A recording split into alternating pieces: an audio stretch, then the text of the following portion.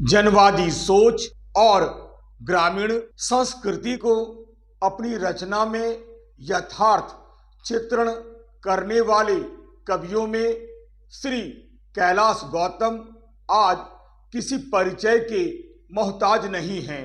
जी हाँ, मैं आज आपके समक्ष कैलाश गौतम द्वारा रचित नौरंगिया शीर्षक कविता को लेकर उपस्थित हुआ हूँ। एक वीडियो के रूप में मैंने इस कविता को 3 भागों में बांटा है।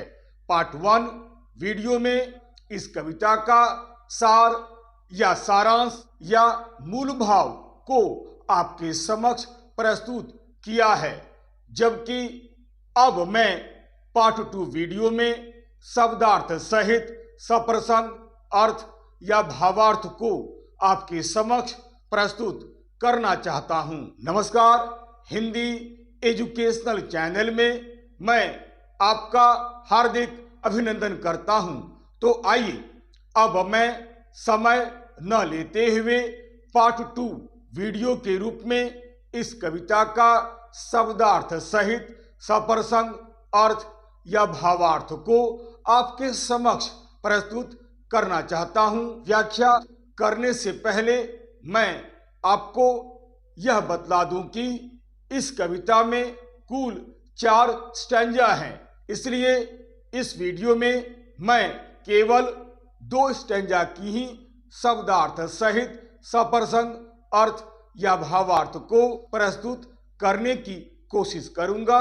फिर दूसरे भाग में 2 स्टैंजा की व्याख्या प्रस्तुत करूंगा। इस वीडियो को देखकर न केवल आप इस कविता की व्याख्या या भावार्थ को समझ पाइएगा, बल्कि नौरंगिया का चरित्र चित्रण भी अच्छी तरह से कर पाइएगा। और इस कविता से संबंधित यदि कोई भी प्रश्न आता है या वस्तुनिष्ठ प्रश्न आपसे पूछे जाते हैं, तो भी आप उन प्रश्नों का उत्तर अच्छी तरह से दे पाइएगा। इसलिए आइए अब मैं समय न लेते हुए इस कविता की पहले 2 स्टैंजा की शब्दार्थ सहित सप्रसंग अर्थ या भावार्थ को आपके समक्ष प्रस्तुत करना चाहता हूं। इसे आप ध्यान दे करके सुनने की कोशिश कीजिएगा। व्याख्या करने से पहले यह जरूरी है कि छोटी सी भूमिका आपके सामने प्रस्तुत कर दूं, ताकि कविता का अर्थ समझने में आपको कोई दिक्कत ना हो। आइए एक छोटी सी भूमिका आपके सामने प्रस्तुत करता हूं। कैलाश गौतम द्वारा रचित नौरंगिया शीर्षक कविता का शब्दार्थ सहित सप्रसंग अर्थ या व्याख्या। कैलाश गौतम आधुनिक काल के एक बहुचर्चित कवि तथा एक श्रेष्ठ गीतकार हैं। वास्तव में ये एक जनवादी कवि हैं। नौरंगिया इनकी एक बड़ी ही सुंदर कविता है। यह एक चरित्र प्रधान कविता है। इस कविता के माध्यम से कवि ने जहां एक ओर भारतीय कृषक महिला का जीवन चित्रण प्रस्तुत किया है, वहीं दूसरी ओर भारतीय ग्रामीण परिवेश को भी बड़े ही सुंदर ढंग से उजागर किया है। अतः यह कविता भारतीय ग्रामीण वातावरण को उजागर करने वाली एक यथार्थवादी तथा एक मर्मस्पर्शी कविता है। इस कविता में कुल 4 स्टैंजा हैं। इस वीडियो में मैं केवल 2 स्टैंजा की ही शब्दार्थ सहित सप्रसंग अर्थ बतलाते हुए व्याख्या आपके सामने प्रस्तुत करूंगा। चलिए अब मैं पहला स्टैंजा पढ़ता हूं, फिर उसकी व्याख्या करता हूं।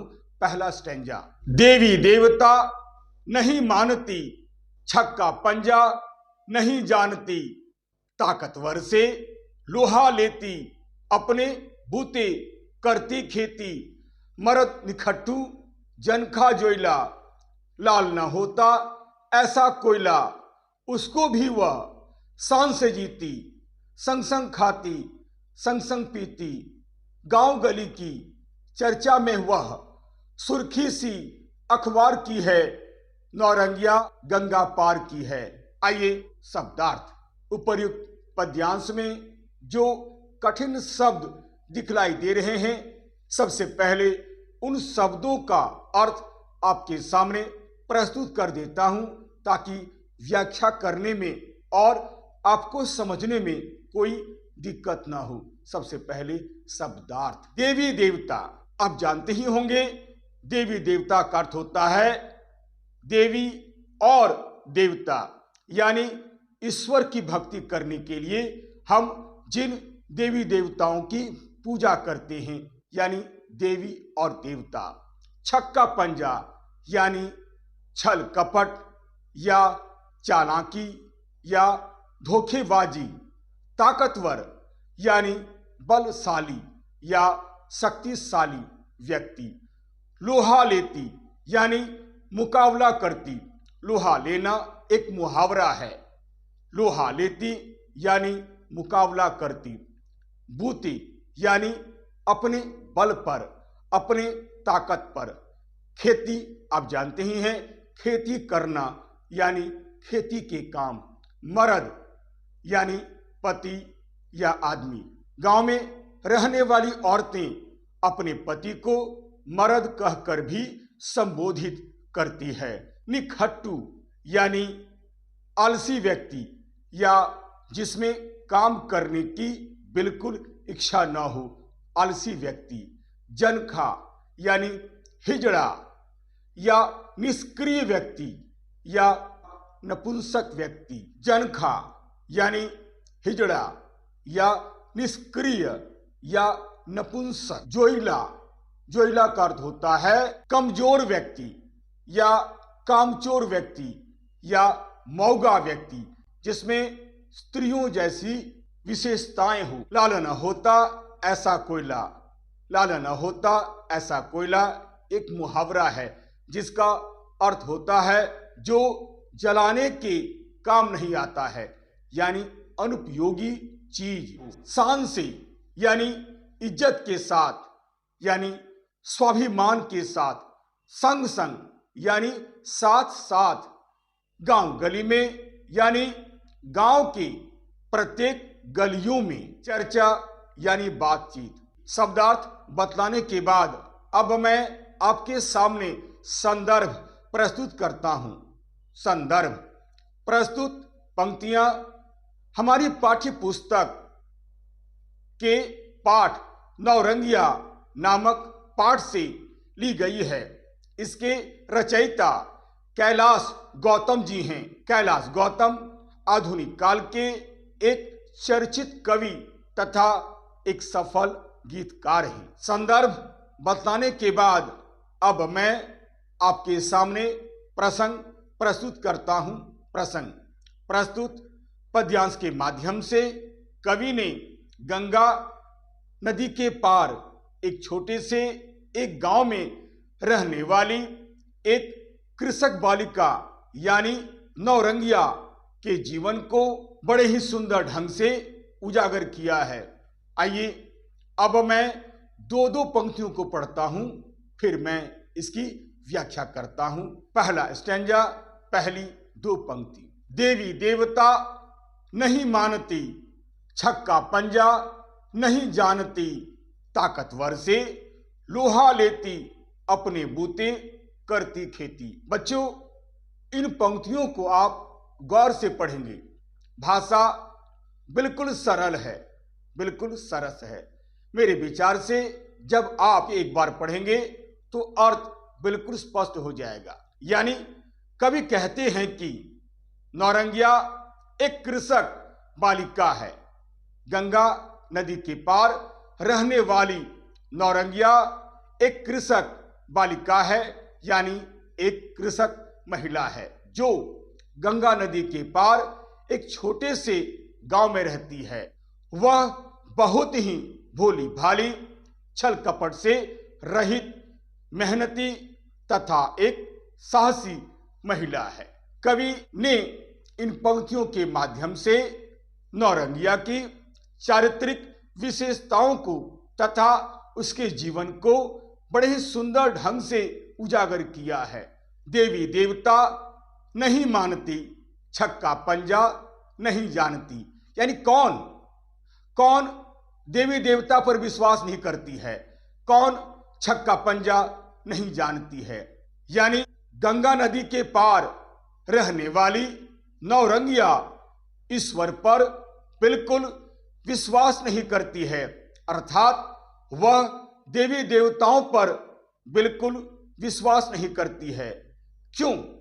क्योंकि वह कर्मठ है, वह परिश्रमी है, इसलिए वह केवल अपने भाग्य पर विश्वास न करके अपने कर्म पर विश्वास करती है। वह छल कपट नहीं जानती है, यानी वह छल कपट से रहित एक महिला है। छक्का पंजा नहीं जानती है। छक्का पंजा यानी छल कपट, चालाकी, धूर्तता वह बिल्कुल नहीं जानती है।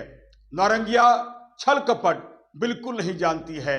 नौरंगिया एक बहुत ही सीधी साधी महिला है, उसमें धूर्तता नाम की कोई चीज ही नहीं है। यही नहीं, वह धर्म के नाम पर होने वाले आडंबर तथा दिखावा को भी बिल्कुल पसंद नहीं करती है। यानी गंगा नदी के पार रहने वाली नौरंगिया देवी देवताओं पर बिल्कुल विश्वास नहीं करती है, वह छल कपट भी करना नहीं जानती है। अगली पंक्ति देखिए, ताकतवर से लोहा लेती, अपने बूते खेती करती। ताकतवर से यानी कौन? नौरंगिया एक ऐसी महिला है जो परिश्रमी तो है ही, इसके साथ ही साथ वह बहुत हिम्मत वाली महिला है, उसमें अद्भुत साहस है। ताकतवर से लोहा लेती, अपने बूते खेती करती। कौन कौन ताकतवर से लोहा लेती है? ताकतवर यानी शक्तिशाली, बलशाली लोगों से मुकाबला करती है। लोहा लेना एक मुहावरा है। लोहा लेना यानी शक्तिशाली लोगों का सामना करना। नौरंगिया जो गंगा पार की रहने वाली है, केवल वह परिश्रमी ही नहीं है बल्कि हिम्मत वाली महिला है, उसमें साहस का गुण कूट कूट कर भरा हुआ है। यानी नौरंगिया एक बहुत ही साहसी महिला है। शायद इसीलिए वह समाज में रहने वाले किसी भी ताकतवर के आगे घुटने नहीं टेकती है, बल्कि साहस पूर्वक उनका सामना करती है तथा जीवन में आने वाली विपत्तियों का सामना वह हंसते हुए करती है। अपने बूते खेती करती। अपने बूते यानी अपने ताकत पर, अपने दो भुजाओं पर नौरंगिया को पूर्ण विश्वास है, इसलिए वह किसी पर निर्भर नहीं होती है। इसलिए वह अपने परिश्रम के बलबूते पर खेती बाड़ी करती है और अपने परिवार का भरण पोषण करती है। नौरंगिया एक बहुत ही परिश्रमी महिला है। वह अपने परिश्रम के बलबूते पर ही खेती बाड़ी करती है तथा घर गृहस्थी चलाती है। नौरंगिया एक स्वावलंबी महिला है, उसमें स्वाभिमान की भावना कूट कूट कर भरी हुई है। वह किसी की मदद लिए बिना घर का सारा कामकाज करती है और प्रसन्नता पूर्वक जीवन जीने का प्रयास करती है। अब मैं अगली दो पंक्तियां पढ़ता हूं, फिर इसकी व्याख्या करता हूं। अगली दो पंक्ति, मरद निखट्टू जनखा जोइला, लाल न होता ऐसा कोयला, उसको भी वह शान से जीती, संग संग खाती संग संग पीती। आइए अब मैं इसकी व्याख्या कर रहा हूं। मरद निखट्टू जनखा जोइला, लाल न होता ऐसा कोयला। मरद यानी पति। गांव की औरतें विशेषकर अपने पति को मर्द भी कहती है। नौरंगिया एक ऐसी महिला है जिसका पति आलसी है, वह कोई कामकाज नहीं करता है, अर्थात वह एक कामचोर व्यक्ति है। नौरंगिया के पति की तुलना कवि ने कोयले से किया है। खट्टू यानी आलसी व्यक्ति। जनखा जोइला, जनखा यानी हिजड़ा या नपुंसक व्यक्ति। जोइला यानी मौगा या कमजोर व्यक्ति। नौरंगिया का पति एक आलसी व्यक्ति है, एक कमजोर व्यक्ति है।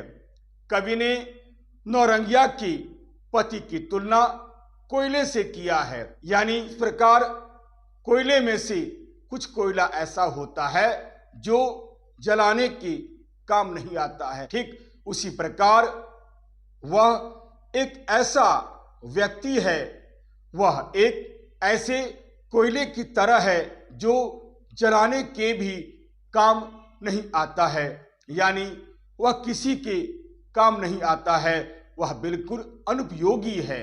फिर भी नौरंगिया इस बात की शिकायत किसी से नहीं करती है कि उसका पति कोई काम काज नहीं करता है। वह एक आलसी व्यक्ति है, वह एक निकम्मा व्यक्ति है। इतना सब कुछ होते हुए भी नौरंगिया अपने पति के साथ प्रेम पूर्वक तथा शान के साथ वह रहती है, इज्जत सम्मान के साथ अपने पति के साथ वास करती है। वह किसी के आगे हाथ नहीं फैलाती है, किसी के आगे घुटने नहीं टेकती है और स्वाभिमान की रक्षा करते हुए वह अपना पति के साथ जीवन जीती है। मर्द निखट्टू जनखा जोइला, लाल न होता ऐसा कोयला, यानी भले ही उसका पति एक ऐसे कोयले की तरह है जो जलने के काम नहीं आता है, फिर भी नौरंगिया ऐसे पति के साथ प्रेम पूर्वक सम्मान के साथ जीवन यापन करती है और खुशी खुशी अपने पति के साथ रहती है। अगली पंक्ति देखिए, उसको भी वह शान से जीती, संग संग खाती, संग संग पीती। यानी नौरंगिया एक ऐसी स्त्री है जिसके मन में अपने पति के प्रति अगाध स्नेह भरा हुआ है। भले ही नौरंगिया का पति एक अनुपयोगी व्यक्ति है, वह किसी के काम नहीं आ सकता है, फिर भी वह अपने पति के साथ शान के साथ रहती है। उसका पति चाहे जैसा भी हो, वह अपने पति के साथ प्रेम पूर्वक सम्मान के साथ जीवन यापन करती है। यानी नौरंगिया अपने पति के साथ प्रेम पूर्वक शांति से प्रसन्नता पूर्वक जीवन व्यतीत करती है।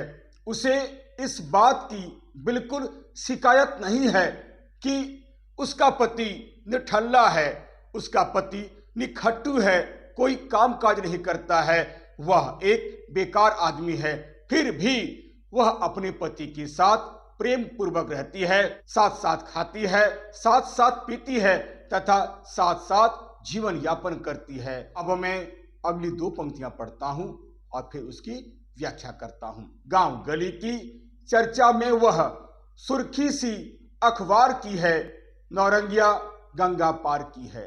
गांव गली की यानी गांव गांव में, गली गली में चर्चा यानी बातचीत, सुर्खी सी अखबार की यानी अखबार की चटकदार खबरें। कवि कहते हैं कि अब एक प्रश्न उठता है कि गांव गांव में किस बात की चर्चा होती है, क्यों उसकी चर्चा बिल्कुल अखबार की चटकदार खबरों की तरह होती है। निस्संदेह ऐसी कोई बात अवश्य है जिसके कारण गांव गांव में, गली गली में उसकी चर्चा होती है, लोग उसकी प्रशंसा करते हैं। कवि कहते हैं कि दरअसल नौरंगिया देखने में बहुत ही सुंदर है, बहुत ही आकर्षक है, उसका कद काठी बहुत ही आकर्षक है, इसलिए उसके रूप रंग की चर्चा गांव गांव में, गली गली में, घर घर में उसकी चर्चा होती रहती है। कवि ने उसकी चर्चा अखबार से की है। जिस प्रकार अखबार में किसी खास खबर की रोज यानी बहुत चर्चा होती है, ठीक उसी प्रकार नौरंगिया के रूप रंग की, उसके सौंदर्य की बहुत चर्चा होती है। नौरंगिया के रूप रंग की चर्चा गांव गांव में होती है, गली गली में होती है। यानी लोग नौरंगिया के रूप रंग की चर्चा करते हुए बिल्कुल नहीं थकते हैं।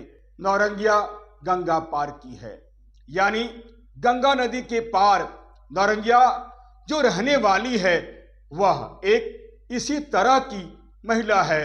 नौरंगिया एक बहुत ही भोली भाली, छल कपट से रहित, एक सीधी साधी, परिश्रमी तथा एक साहसी महिला है। नौरंगिया इसी तरह की महिला है जो गंगा नदी के पार एक छोटे से गांव में रहती है। आइए अब मैं दूसरा स्टैंजा पढ़ता हूं, फिर उसकी व्याख्या शब्दार्थ के साथ आपके सामने प्रस्तुत करता हूं।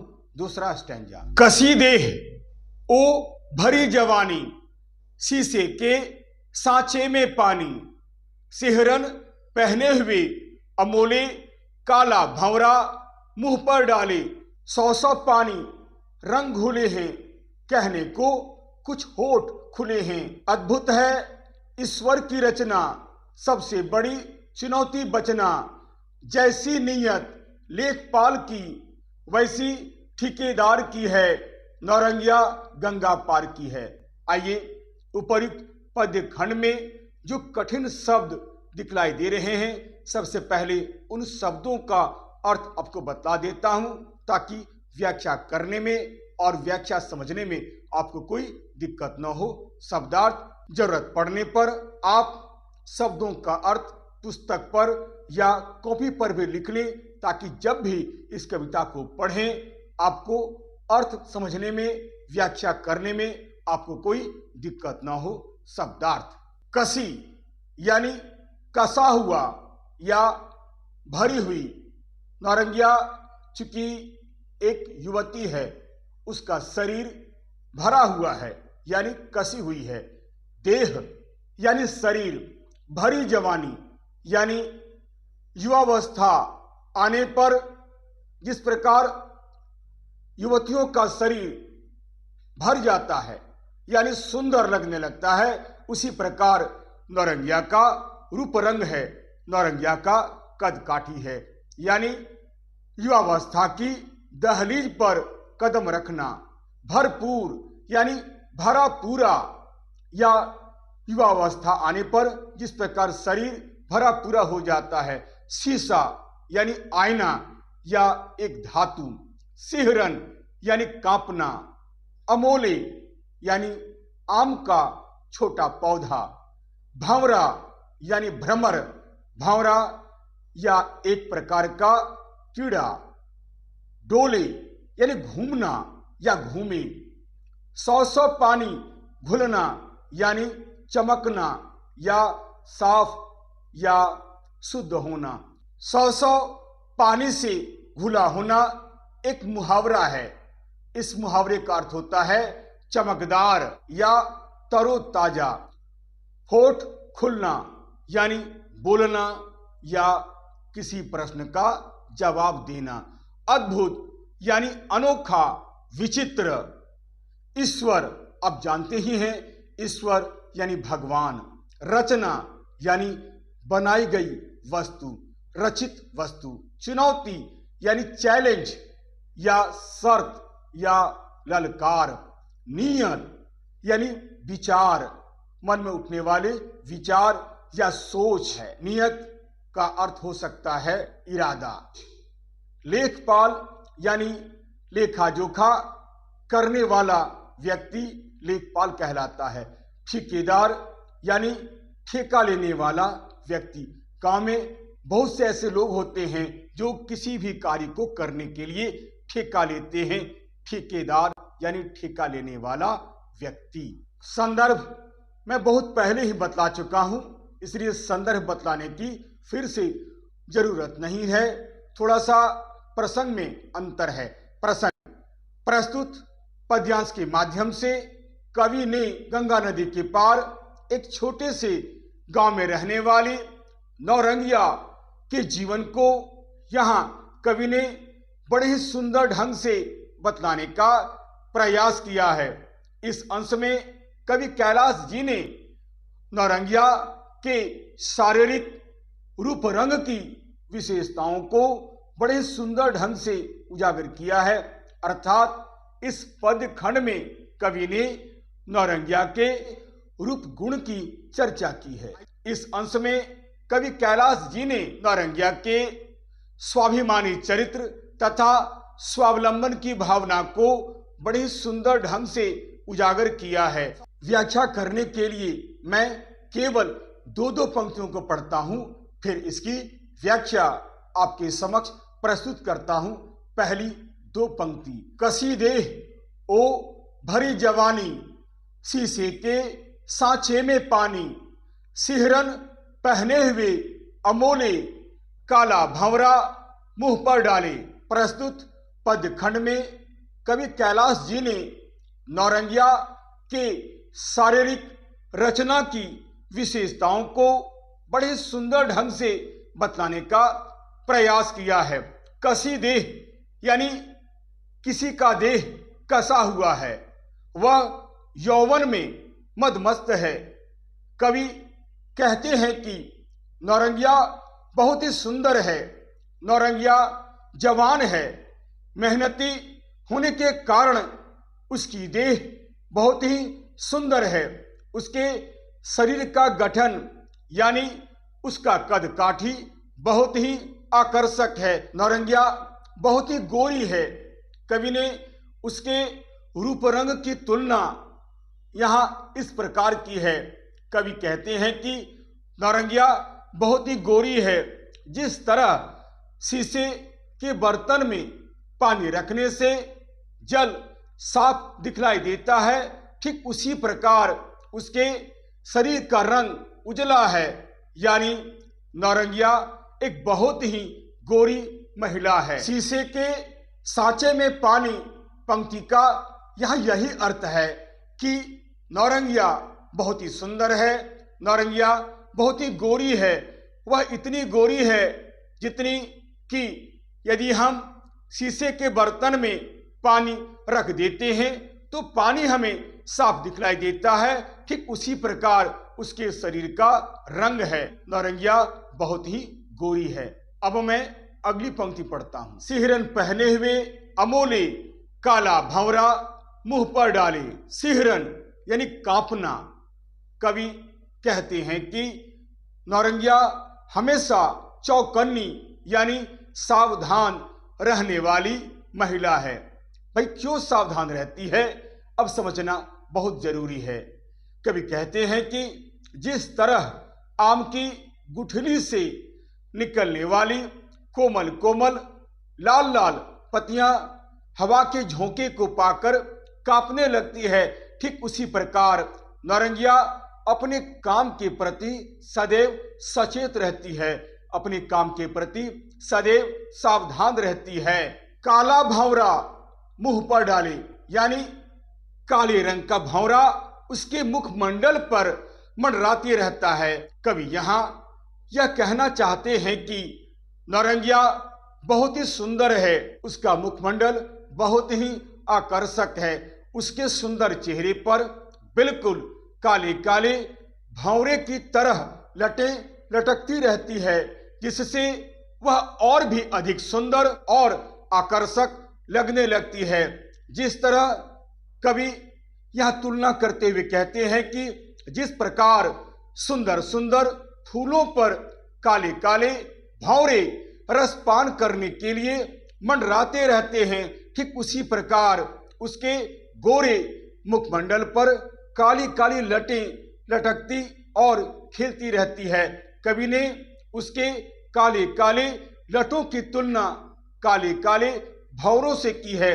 जिस प्रकार भंवरे रसपान करने के लिए फूलों पर मंडराते रहते हैं, ठीक उसी प्रकार उसके गोरे मुखमंडल पर काली काली लटें लटकती रहती है। इस प्रकार नौरंगिया की लटें काली होने की वजह से गोरे मुखमंडल पर लटकने से उसका सौंदर्य चौगुना बढ़ जाता है।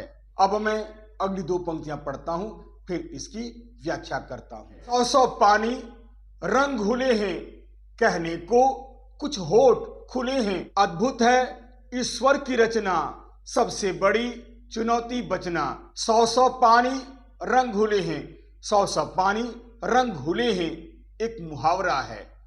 होठ खुले हैं, यह भी एक मुहावरा है। 100 पानी रंग घुले हैं, मुहावरे का अर्थ है तरोताजा यानी चमकदार। होठ खुले हैं यानी बोलने के लिए खुले हैं। कवि कहते हैं कि नौरंगिया के मुखमंडल पर एक अद्भुत चमक दिखलाई देता है। अब कल्पना कीजिए नौरंगिया का मुखमंडल आखिर क्यों चमक रहा है। नौरंगिया का मुखमंडल इतना चमकदार कैसे है। कवि यह कहना चाहते हैं कि बार बार मुंह धोने के कारण उसका चेहरा और भी अधिक दमकने लगा है। यानी बार बार मुंह धोने के कारण नौरंगिया का चेहरा तरोताजा दिखता है। 100 पानी रंग घुले हैं, कहने को कुछ होठ खुले हैं। यानी नौरंगिया देखने में बहुत ही सुंदर है। उसके चेहरे पर कहीं कोई बनावटीपन नहीं है। उसे देखकर ऐसा लगता है मानो वह कुछ बोलना चाहती है। उसके होठ बड़े ही सुंदर हैं जो हमेशा खुले रहते हैं, मानो वह कुछ बोलने के लिए सदैव तैयार रहती है, मानो वह कुछ बोलना चाहती है, मानो वह कुछ कहना चाहती है। उसके होठ बड़े ही आकर्षक हैं, उसके होठ बड़े ही सुंदर हैं। अगली पंक्ति देखिए, अद्भुत है ईश्वर की रचना, सबसे बड़ी चुनौती बचना। चुनौती यानी चैलेंज, चुनौती यानी ललकार, बचना यानी अपने आप को बचाना या सुरक्षित रखना। कभी आगे नौरंगिया के रूप रंग और अद्भुत सौंदर्य की चर्चा करते हुए कहते हैं कि नौरंगिया के रूप रंग और अद्भुत सौंदर्य को देखकर ऐसा लगता है मानो वह ईश्वर की बनाई हुई एक अद्भुत रचना है। अद्भुत है ईश्वर की रचना। साधारणतः देखा जाता है कि लोग इतने सुंदर नहीं होते हैं, लेकिन नौरंगिया इतनी सुंदर है, इतनी आकर्षक है कि लगता है मानो वह ईश्वर की बनाई हुई एक अद्भुत रचना है। परंतु आप जानते ही हैं अधिक सुंदर होना भी बहुत अच्छा नहीं होता है, क्योंकि अत्यधिक सुंदर हो जाने से लोगों की कुदृष्टि भी हमारे ऊपर पड़ती है। नौरंगिया के साथ कुछ ऐसा ही होता है। अद्भुत है ईश्वर की रचना, सबसे बड़ी चुनौती बचना। दरअसल नौरंगिया बहुत सुंदर है, नौरंगिया बहुत आकर्षक है, इसलिए जब भी नौरंगिया कहीं आती है, कहीं जाती है या काम काज में लीन रहती है तो लोगों की दृष्टि उसके ऊपर पड़ती है, लोगों की कुदृष्टि उसके रूप रंग पर पड़ती है। नौरंगिया के साथ यही होता है, नौरंगिया के साथ ऐसा प्रतिदिन होता है। कारण समाज में कुछ ऐसे भी दुष्ट प्रवृत्ति के लोग होते हैं जो उसके रूप सौंदर्य पर कुटिल दृष्टि डालते हैं। नौरंगिया को ऐसे लोगों से अपने आप को बचाना भी एक बहुत बड़ी चुनौती के समान लगता है। नौरंगिया के साथ ऐसी ही घटना घटती है। कहने का अर्थ यह है कि नौरंगिया जैसी सौंदर्य के सामने आज कई समस्याएं हैं, कई चुनौतियां हैं। समाज की बुरी नजर से अपने आप को बचाना किसी चुनौती से कम नहीं है। यानी नौरंगिया इन चुनौतियों का सामना प्रतिदिन करती है। चूंकि नौरंगिया बहुत ही साहसी है, वह बिल्कुल ही घबराती है और इन चुनौतियों का सामना वह प्रतिदिन करती है। अब मैं अगली 2 पंक्तियां पढ़ता हूं, फिर उसकी व्याख्या करता हूं। जैसी नीयत लेखपाल की वैसी ठेकेदार की है, नौरंगिया गंगा पार की है। कवि ने अपनी बात को स्पष्ट करने के लिए लेखपाल और ठेकेदार का उदाहरण भी दिया है। गांव में लेखपाल होते ही हैं और ठेकेदार भी होते हैं, परंतु इनकी भी दृष्टि ऐसी लोगों पर, ऐसी स्त्रियों पर पड़ ही जाती है। कवि कहते हैं कि गांव में पटवारी से लेकर ठेकेदार तक के प्रति बुरी दृष्टि रखते हैं। कवि कहते हैं कि नौरंगिया बहुत सुंदर है, इसलिए गांव में पटवारी से लेकर गांव के ठेकेदार तक उसके प्रति बुरी दृष्टि रखते हैं। परंतु नौरंगिया इन सबको देखकर घबराती नहीं है। गंगा नदी के पार रहने वाली नौरंगिया प्रतिदिन इन चुनौतियों का सामना करती है, परंतु वह डरती नहीं है। उसे इस बात का कोई दुख नहीं है, उसे इस बात की चिंता नहीं है, कारण वह साहसी है। वह विरोध करना अच्छी तरह जानती है, वह इन चुनौतियों से लड़ना अच्छी तरह जानती है। वह इस बात की शिकायत किसी से भी नहीं करती है, कारण नौरंगिया साहसी है। नौरंगिया आज की समाज व्यवस्था को वह अच्छी तरह जानती है, इसलिए वह सदैव चौकन्नी रहती है, सदैव सावधान रहती है। नौरंगिया समाज में होने वाले अन्याय अत्याचार का खुलकर विरोध भी करती है। वह डटकर इन बुराइयों का, इन मुसीबतों का सामना करती है और प्रसन्नता पूर्वक जीवन जीने का प्रयास करती है। नौरंगिया गंगा पार की है, यानी गंगा नदी के पार रहने वाली नौरंगिया एक इसी तरह की महिला है। नौरंगिया एक भोली भाली, सीधी सादी, छल कपट से रहित, परिश्रमी, मेहनती तथा एक साहसी महिला है। गंगा नदी के पार रहने वाली नौरंगिया एक इसी तरह की कृषक महिला है। आशा करता हूं आप इस कविता की पहली जो 2 स्टैंजा है उसकी व्याख्या को आप अच्छी तरह समझ गए होंगे। यदि आपको यह वीडियो अच्छा लगता है, उपयोगी लगता है, तो आप इसे लाइक करें, इसे शेयर करें और तो और सब्सक्राइब करना आप बिल्कुल नहीं भूलें। और हाँ, यदि मेरे वीडियो में अगर आपको कहीं भी किसी प्रकार की कोई त्रुटि या कोई कमी नजर आती है तो आप इसे सप्रमाण कमेंट्स करें, ताकि बतलाएं कि कहाँ मेरी गलती है, और इस प्रकार ताकि मैं उन गलतियों को सुधारने का प्रयास कर सकूं, जिससे आप अधिक से अधिक लाभान्वित हो सकें। याद रखिएगा, मेरा यह चैनल, मेरा यह वीडियो एक एजुकेशनल वीडियो है, एजुकेशनल चैनल है। तब तक के लिए नमस्कार, धन्यवाद।